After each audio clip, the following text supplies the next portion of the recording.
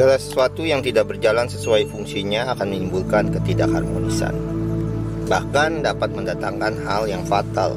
Begitu pula dengan manusia.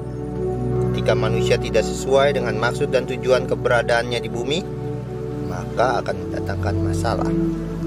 Kita akan lihat dalam Kejadian 2 ayat yang ke-26.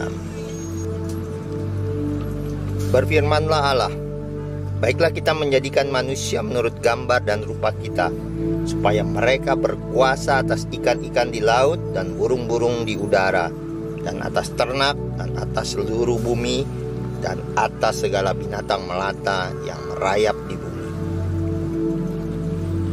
Manusia diciptakan serupa dengan gambar Allah, agar berkuasa atas ciptaan lainnya. Berkuasa berarti memiliki kesanggupan untuk melakukan sesuatu. Manusia diharapkan untuk sanggup mengatur, memanfaatkan, dan merawat, bertanggung jawab penuh atas ciptaan lainnya. Sayangnya semuanya dirusak oleh si iblis, sehingga manusia tidak dapat memenuhi harapan sang pencipta. Kesanggupan untuk menguasai bumi digantikan dengan kebergantungan. Manusia tidak lagi bertanggung jawab atas ciptaan yang lainnya. Manusia secara tidak sadar mengira sudah sanggup menguasai seluruh bumi dengan kemampuan dan sumber daya yang mereka miliki, karena mereka menuai hasil yang boleh dikatakan baik. Itu menurut pemikiran mereka. Coba kita lihat dalam Wahyu 2 ayat yang kedua dan sampai ketiga. Aku tahu segala pekerjaanmu, baik jerih payahmu maupun ketekunanmu. Aku tahu bahwa engkau tidak dapat sabar terhadap orang-orang jahat, bahwa engkau telah mencobai mereka yang menyebut dirinya rasul, tapi yang sebenarnya tidak demikian, bahwa engkau telah mendapati mereka pendusta, dan engkau tetap sabar dan menderita oleh karena namaku, dan engkau tidak mengenal lelah.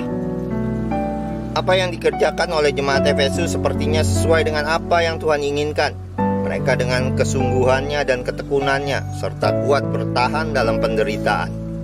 Mereka tidak mengenal lelah. Bukankah ini suatu pencapaian yang hebat? Atau sebaliknya? Ini yang dikatakan Tuhan tentang jemaat Efesus yang terlihat tekun dan melakukan pekerjaan sesuai dengan keinginan Tuhan. Kita akan lihat dalam Wahyu 2 ayat yang keempat. Namun demikian, aku mencela engkau, karena engkau telah meninggalkan kasihmu yang semula. Ada hal yang harus diperbaiki pada jemaat Efesus, yaitu kembali kepada kasih yang mula-mula, yang telah ditinggalkan. Jemaat Efesus tidak berfungsi seperti yang direncanakan Tuhan. Mereka bekerja dengan giat dan tekun, serta tahan menderita, tetapi tidak didasarkan kasih.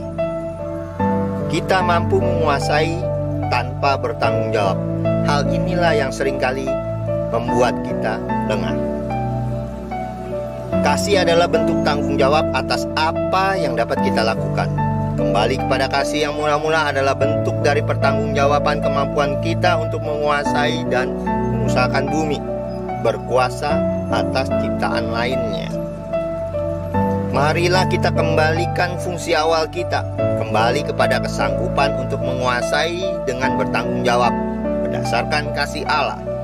Kasih yang memurnikan motivasi kita dalam bertindak, agar kita tidak terlena dengan apa yang kita capai selama ini. Kembali kepada rencana Allah ketika kita berfungsi sesuai dengan kehendak Allah. Kesanggupan untuk menguasai dengan tanggung jawab yang didasari oleh kasih Allah. Jangan lagi kita dibutakan oleh apa yang ditawarkan dunia.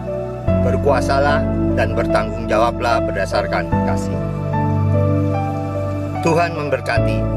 Sampai jumpa.